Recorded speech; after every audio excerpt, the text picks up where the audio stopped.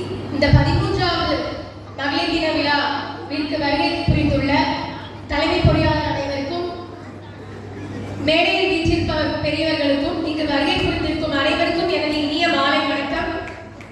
ஃபர்ஸ்டே சொல்லிடுறேன், நான் 5 நிமிஷத்துல பேசிட்டு போக மாட்டேன். குறைஞ்சது 10ல இருந்து 15 நிமிஷம் எடுத்துக்குவேன். Please pack with me. ஏன்னா இந்த ஸ்டேஜ்ல சொல்ல முடியலன்னா வேற எந்த ஸ்டேஜ்லயுமே சில விஷயங்களை வந்து சொல்ல முடியாது, பேச முடியாது. மேடம் சொன்னாங்க, எது பெண்ணியம்ங்கிற தலைப்புல பெண்மையோட பெருமையை பத்தி நான் பேச வந்திருக்கேன்னு. இந்த 15 நிமிஷங்களுக்கு அப்புறம் உங்க மனசுல என்ன மாற்றம் ஏற்படுதுங்கிறத பகிர்ந்து கொள்ளுங்கள். ஏன்னா பெருமைகளை பத்தி நான் சத்தியமா பேச போறது கிடையாது. அதாவது இந்த ஸ்பீச்சுக்குள்ள போறதுக்கு முன்னாடி நான் ஒரு கொஸ்டின் மாதிரி உங்க முன்னாடி முன்வைக்கலாம்னு நினைக்கிறேன். பிரிட்டிஷ் பீரியட்ல இருந்த ஆதிக்கத்தை விட இப்போ மீடியா நம்ம மேல செலுத்துற ஆதிக்கம் அதிகமாயிட்டு வருதுங்கிறத எத்தனை பேரு ஒத்துக்கிறீங்க? அப்ப வேற யாருமே டிவி சீரியல் பார்க்கறது கிடையாதா? திரைப்படங்கள் பார்க்கறது கிடையாது? நல்லா தூக்குங்க. ஏன் ஒரு எக்ஸாம் ஹால் இல்லையே? நீங்களுமே தூக்கலாமே. ஓகே, இவ்வளோ பேர் அக்செப்ட் பண்றீங்க. அப்ப நான் கொஞ்சம் பேரை பத்தி மட்டும் கேட்கிறேன். தெரிஞ்சவங்க கையை தூக்குங்க. சும்மா ஜாலியாக இன்டராக்ட் பண்ணலாம். சாவித்ரிபாய் அம்மையார் தெரிஞ்சவங்க கையை தூக்கலாம் ப்ளீஸ். ஒருத்தருமே இல்ல. எங்க இருந்து சார் எடுத்தீங்க? சாவித்ரிபாய் அம்மையார், Velu Nachiyar, Sivaganga. Okay, very good. Sivaganga, super. Anjalai Ammal, காந்தியடிகளோட இது பிடித்தமானது. அப்பனா நீ ஃபர்ஸ்ட் உங்களை தான் தப்பா பண்ணி தப்பா எடுத்துக்காதீங்க. அஞ்சலை அம்மாள் நான் சொல்றது பிஃபோர் இண்டிபெண்டன்ஸ் பீரியட்ல இருக்கிற அஞ்சலை அம்மாள். அததான் சொல்றேன். எனிபடி தமிழ்காரர்கள் அவங்கள நான் சொல்லவே இல்லை. ஓகே சரி, இப்போ ஒருத்தவங்க சொல்றேன். சமந்தா. சமந்தா எல்லாருமே தெரியும். சரி, ராஷ்மிகா பிள்ளைவேல். ஆமா, ராஷ்மிகா முடிக்கிறதுல வந்துச்சுங்க. ராஷ்மிகா மண்டலவா மதனவா whoever it may be. Okay, என்ன பண்ணிருக்காங்க அவங்க ரெண்டு பேரும் இவ்வளோ பேர் கை தூக்கணும்? மீடியா தான் எல்லாரும். மீடியா சூப்பரா படம் நடிச்சிருக்காங்க. என் 3 வயசு பொண்ணு என்கிட்ட கேட்கறாங்க, ஏன் அப்படி வயிறு தெரியுற மாதிரி டான்ஸ் ஆடுறாங்க? பாய்ஸ்லாம் எவ்வளவு நீட்டா ட்ரெஸ் பண்ணிருக்காங்க, இவங்க மட்டும் ஏன் இப்படி ஆடுறாங்க? அப்ப நானும் இந்த மாதிரி ட்ரெஸ் பண்ணணுமா? அதை மட்டும் ஏன் தப்புன்னு சொல்றீங்கன்னு கேட்கறா. நல்லா இருக்குல்ல? அவங்கள பத்தி நம்ம எல்லாம் தெரிஞ்சு வச்சுக்கோம்ல. அதே ஃபர்ஸ்ட் நம்ம கேர்ள்ஸுக்கு எஜுகேஷன் சிஸ்டம் கொண்டு வந்து யாரோட சேர்ந்துன்னு பாத்தீங்கன்னா அவங்களுடைய கணவர் ஜோதிராவ் அவங்களோட சேர்ந்து எஜுகேஷன் சிஸ்டம் கொண்டு வந்தாங்க. எந்த வருஷத்துலனா 1848. சுதந்திரம் வர்றதுக்கு 100 வருஷத்துக்கு முன்னாடியே. she is the first female teacher in India. யாருன்னு பாத்தீங்கன்னா சாவித்ரி அம்மையார். எத்தனை பேர் கை தூக்கணும்? யாருமே கை தூக்கலையே.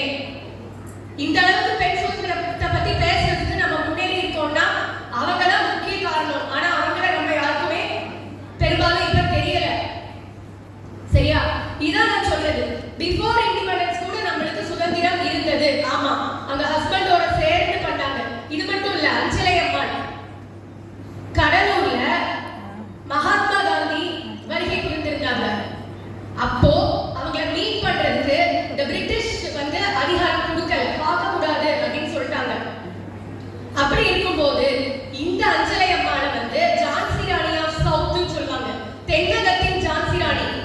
குதிரையில போய் மகாத்மா காந்திய தைரியமா ரகசியமான ஒரு முறையில கூட்டிட்டு வந்தாங்க. அப்பேற்பட்ட தைரியம், அப்பேற்பட்ட சுதந்திரம் இப்ப இருக்குதா? இருக்குதுன்னு நம்ம சொல்றோம். ஆனா எப்படி இருக்குங்கிறத நீங்களே என்கிட்ட ஃபர்தரா சொல்லுங்க. இப்போ எதுக்காக நான் இந்த சினிமாவோட இம்பாக்ட சொல்ல வரேன்னு பாத்தீங்கன்னா, அதாவது அந்த காலத்துல 1913ஆம் ஆண்டிலேயே டாக்டர் முத்துலட்சுமி படிச்சது டாக்டர் முத்துலட்சுமி ரெட்டி வந்து ஃபர்ஸ்ட் ஃபீமேல் கிராஜுவேட் மெடிக்கல்ல. அவங்களுக்கு வந்து எது தாக்கத்தை ஏற்படுத்துச்சுன்னு பாத்தீங்கன்னா அவங்களுடைய சகோதரியுடைய மரணம். கேன்சரால கஷ்டப்பட்டு அவங்க இறந்து போனாங்க. அதனால அவங்க அதுக்கு மருந்து கண்டுபிடிக்கணும்னு மெடிசின் படிச்சாங்க. எப்படி ஒரு வைராக்கியம், எவ்வளவு ஒரு இம்பாக்ட் அவங்களுக்கு ஏற்பட்டுச்சு. 1952ஆம் ஆண்டு இப்ப அடையாளத்துல இருக்கிற கேன்சர் இன்ஸ்டிடியூட் அவங்க தான் இனாகிரேட் பண்ணாங்க. கரெக்டா? அந்த ஒரு சீர்மிகு செயலுக்கு அவங்களுக்கு இம்பாக்டா அமைஞ்ச விஷயம் இப்போ மீடியா நமக்கு எந்த அளவுக்கு ஒரு பாதிப்பை ஏற்படுத்துதுன்னு நான் சொல்லணுமா? ரீசெண்டா ஒரு மூவிக்கு தியேட்டர் போயிருந்தேன். என்னால ஸ்டில் இப்ப அதை விட்டு வெளியே வர முடியல, எப்பவுமே வர முடியாது. ஏன் கேட்டீங்கன்னா ரொம்ப புகழ்பெற்ற ஒரு ஹீரோ, நான் சொல்லும்போதே நீங்க கெஸ் பண்ணிடலாம். ஒரு வில்லன் ரோல் எடுத்துக்கிட்டு அந்த பொண்ணை கழுத்தை மெதுவா அப்படியே அறுத்து கொல்றாரு. சத்தியமா கெஸ் பண்ணிருக்கீங்க யாரு? ஏன்னா அப்ளாஸ் பறக்குது அந்த படத்துக்கு. பாக்ஸ் ஆபீஸ் ஹிட் அப்படின்னு சொல்லிக்கிறாங்க. யாருக்கு தெரியும்? Because he is in politics என்றாருங்கிறதுனால. அந்த தியேட்டர்ல அந்த இடத்துல எத்தனையோ லேடிஸ் தலையை குடிச்சிட்டு இருந்தாங்க. வெக்கமா இல்லையா நமக்கு? ரத்தம் கொதிக்கலையா? எந்திரிச்சு ஒரு 10 பேர் அந்த தியேட்டர் விட்டு எந்திரிச்சிருக்க மாட்டோமா? நீங்க எந்திரிச்சா பின்னாடி ஒரு 10 பேர். ஒரு தியேட்டர்ல 10 பேர் எந்திங்க, தமிழ்நாடு முழுக்க எந்திங்க. எதிர்ப்பு தெரிவிக்க மாட்டோமா? ஒரு விஷயம் தெரிஞ்சுக்கோங்க. கேர்ள்ஸ மார்க்கிங் டிஜிட்டலா ஹராஸ் பண்ணாலே 11 வருஷம் ஜெயில் தண்டனை இருக்குது. 2023ல அரசு அறிவிச்சிருக்கு. How many of us know about that? எனக்குமே தெரியாது. இதுதான் படிக்கும்போது தான் தெரிஞ்சுக்கிட்டேன். இந்த விஷயம் இருக்கு. ஏன் இப்படி ரோவே தேட்டர் விட்டு வெளியேறாங்க? மற்ற விஷயத்துக்குலாம் ப்ரொடெஸ்ட் பண்றோம்ல, வெளியே போனாங்கன்னா ஏன் அந்த ஹீரோ, அந்த டைரக்டர், அந்த ப்ரொடியூசர் மன்னிப்பு கேட்க மாட்டாங்களா? எத்தனையோ பேர் சொல்றோம் இது ஒரு சாதாரண திரைப்படம் இல்லை. படத்தை படமா பார்த்துட்டு போவியா? இஷ்டம் தான் படத்தை பாரு, இல்லைன்னா வெளியே வா. அதுக்கே இவ்வளவு முக்கியத்துவம் கொடுக்குறேன்னு என்னை சார்ந்தவர்களே என்னிடம் கேட்டார்கள். நான் முழுக்க நான் தூக்காம தான் இருந்தேன்.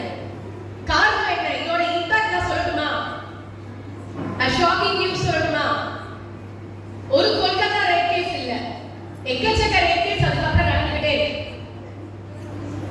எத்தனையோ புனிதாக்கள், எத்தனையோ ஆர்டிகள் வயசு வரதுக்கு முன்னாடி எத்தனை பிள்ளைங்களை ரேப் பண்ணி சொல்றான். அந்த அயோக்கியர்கள் எதை பார்த்து கத்துக்கிறாங்க? பணத்தை பார்த்து சொசைட்டி கேட்டு போகுதா? சொசைட்டியை பார்த்து பணம் கேட்டு போகுதா? நான் இந்த கேள்வி எழுப்ப வரல.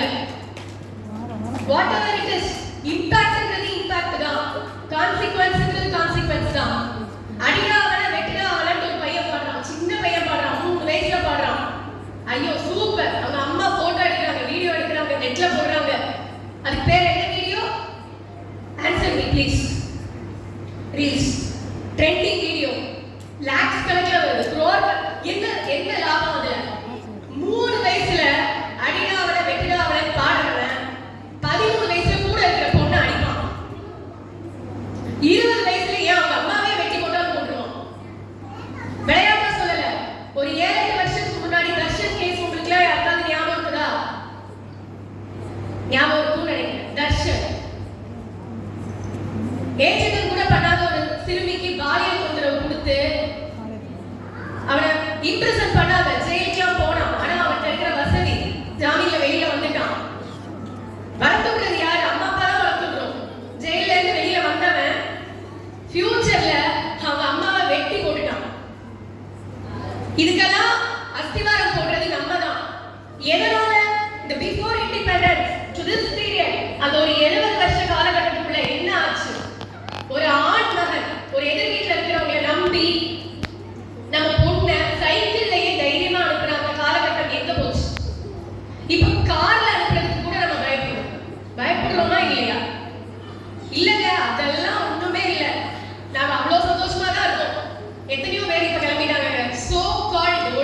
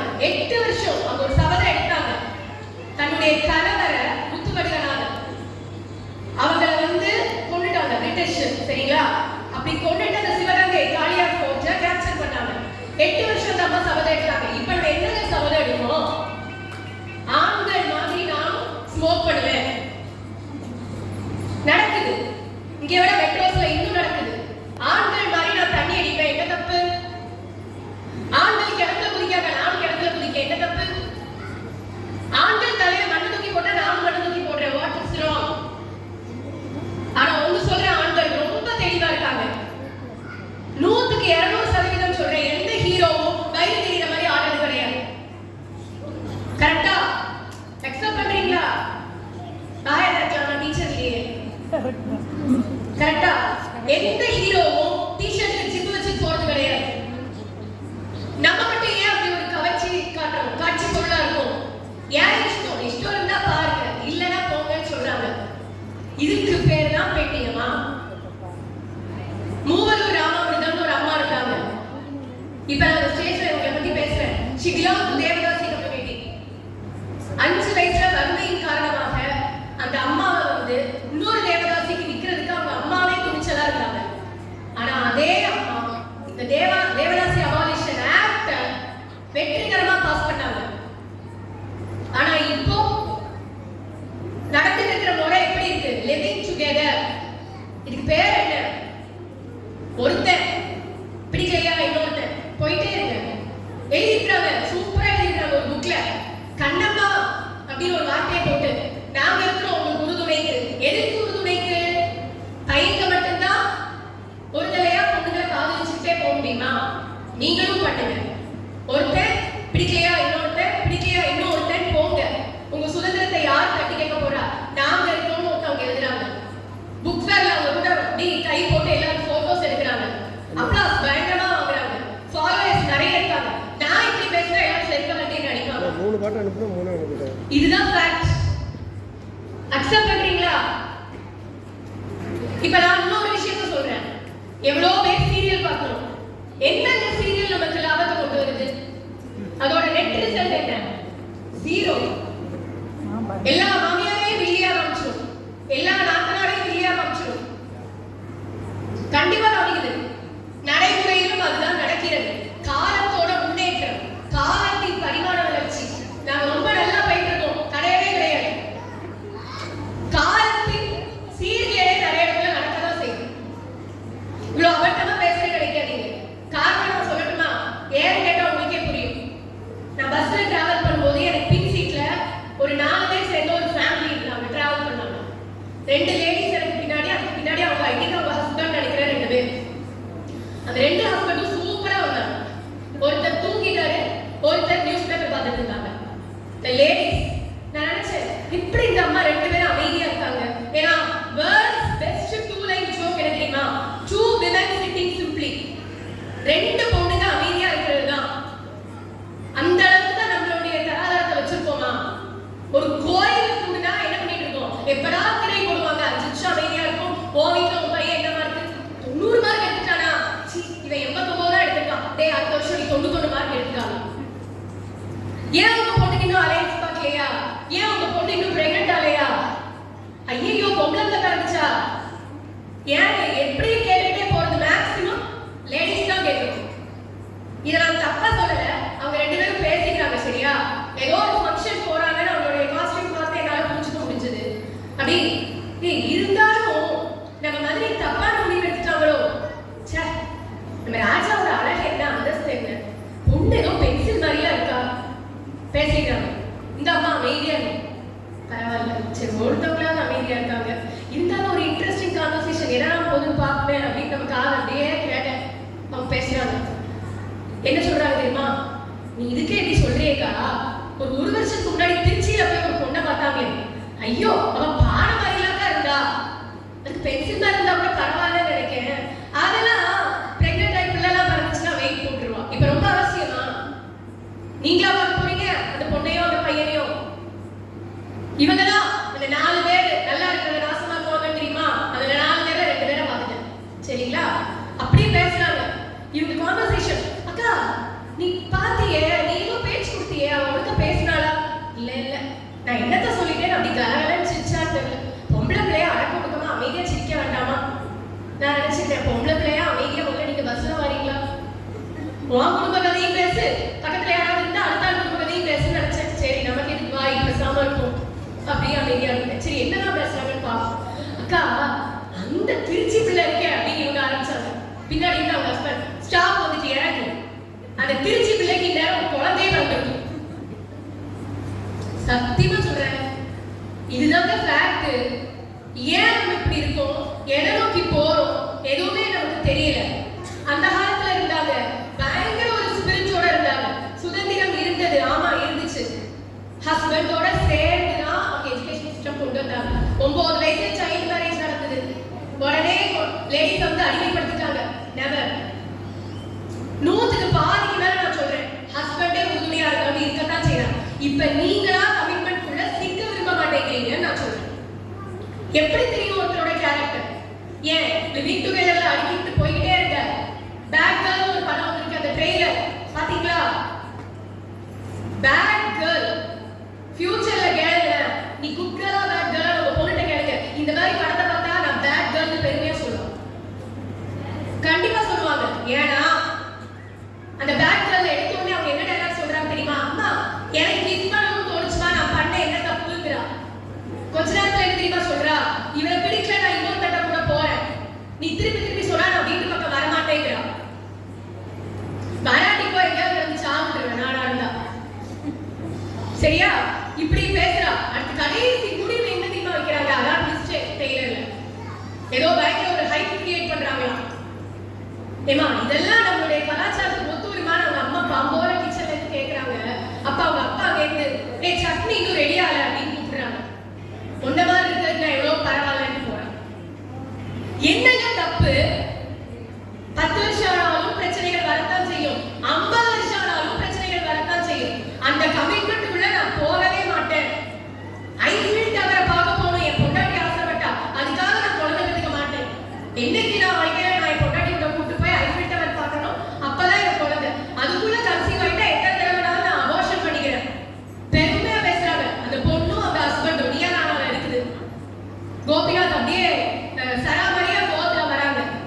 கேட்கும் போதே ஃபயர் ஆகும். இதுக்கு பேர் தான் பெண்ணியமா? இப்ப சொல்லுங்க, பெண்களை பத்தி நான் புகழ்ந்து பேசவா வந்துட்டேன்?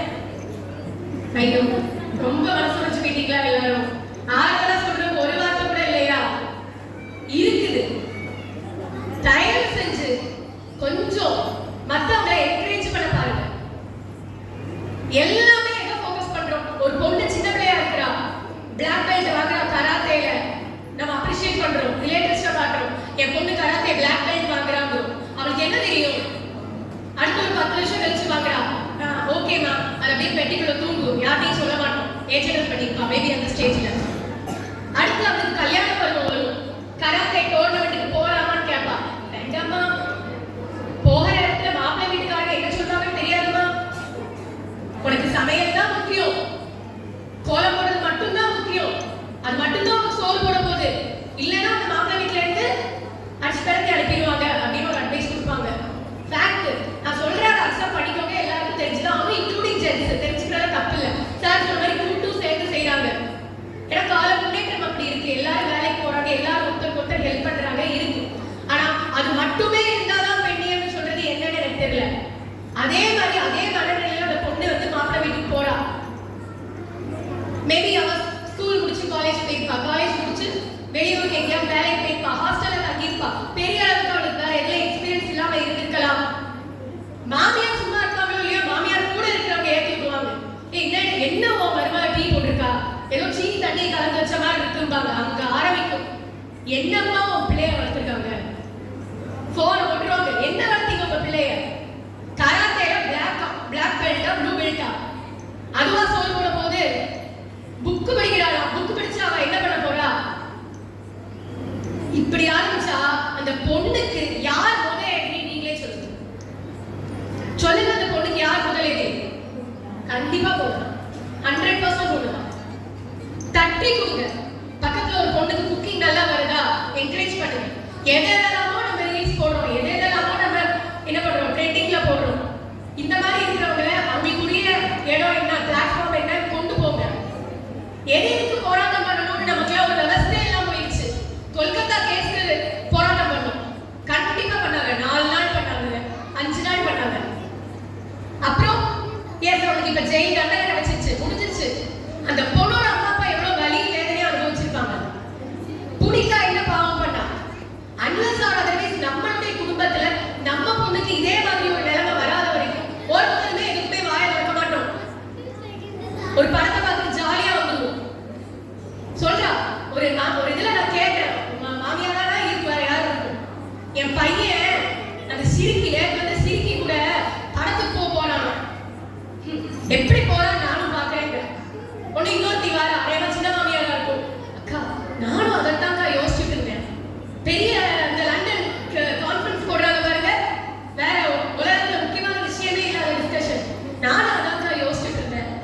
நீ இதை மட்டும் இப்பவே ஆரம்பத்திலே தடுக்கல, உன் பையன் உன் கையை விட்டே போயிடுவான். எப்ப கைக்குள்ளேயே தூக்கி வளர்த்துருக்கீங்க இத்தனை வருஷமா, அப்ப ஏன் கல்யாணம் பண்ணி வைக்கிறீங்க? இந்த இடத்துல யாரும் ஏன் எகென்ஸ்டா வர மாட்டேங்கிறீங்க? இதுக்கெல்லாம் எப்ப நம்ம குரல் கொடுக்க ஆரம்பிக்கிறோமோ, இந்த மாதிரி ஒரு அபத்தமான காட்சிகள் வரும்போது என்னைக்கு நம்ம குரல் கொடுக்க ஆரம்பிக்கிறோமோ, எப்ப நம்மளுடைய உரிமைகள் 181 நம்மளுடைய எமர்ஜென்சி ஹெல்ப் லைன் 24/7 இயங்கிட்டு இருக்கும். தெரிஞ்சு வச்சுக்கோங்க please. Sexual harassment act work பிளேஸ்ல இருக்கு. 2013 வருஷத்திலே இம்ப்ளிமெண்ட் பண்ணிட்டாங்க. தெரியாம எத்தனையோ பேர் அதிகாரம் அல்லாடிட்டு இந்த அவேர்னஸ் பண்ணுங்க. அதனால தான் அதிகார பதவியில இருக்கிறவங்க கூட என்ன வார்த்தை பேசுறாங்க, ஒரு மாசத்துக்கு முன்னாடி, ஒரு மாசம் கூட ஆகல, இப்ப தெரிஞ்சிருக்கும். ஒரு கலெக்டர் இந்த மாதிரி ஒரு ஸ்டேஜ்ல இருந்து பேசுறாங்க, 3 வயசு பொண்ணை பாலியல் வன்முறைக்கு ஒரு 16 வயசு பையன் ஆக்குனான். அந்த 3 வயசு பொண்ணோட அம்மா அப்பாவை நான் இங்க வன்மையா கண்டிக்கிறேன். கேள்விப்பட்டீங்களா? கலெக்டர் சஸ்பென்ஷன் ஆர்டர் தூக்கி பிரிச்சு கொடுக்கறத விட்டுட்டு சரி அவரை டிரான்ஸ்ஃபர் பண்ணிட்டாங்க. அட்லீஸ்ட் அதான் ஒரு சாட்டிஸ்ஃபேக்ஷன். ஒரு எதிர்ப்பு கிளம்பல். நெக்ஸ்ட் டே பார்த்துட்டே இருந்தேன், ஏதாவது ப்ரொடெஸ்ட் வருமா? வரல. நம்ம பிள்ளைங்களுக்கு குட் டச் எது பேட் டச் எது சின்ன வயசுல இருந்தே சொல்லி கொடுக்குறோங்க. அந்த பையன் வந்தானா தகாத முறையில தொட போனானா, அந்த பொண்ணு அப்படியே முகத்துல அப்படியே குத்திட்டாலாம். அப்ப அந்த பொண்ணு அவசரப்பட்டுட்டாலாம். என்ன வார்த்தை கேட்கும் போது நமக்கு ரத்தம் கொதிக்கலையா? எதெல்லாமோ உட்காந்து பேசுறோமே. அடுத்த வீட்டுல என்ன மார்க்கெட் தான் நமக்கு என்ன, அடுத்த வீட்டுல என்ன சமைச்சா நமக்கு என்ன?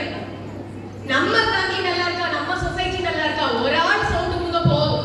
நம்ம கேம்ப்ல எத்தனை ஃபேமிலிஸ் இருக்கும், சேர்ந்து இந்த மாதிரி ஒண்ணு ஆரம்பிச்சாலே கண்டிப்பா நம்மளுடைய உலகம் மொத்தமாவே நான் சொல்றேன், இந்த மாதிரி அட்ராசிட்டிஸ் நடக்கிறத கொஞ்சமாவது தவிர்க்கலாம்.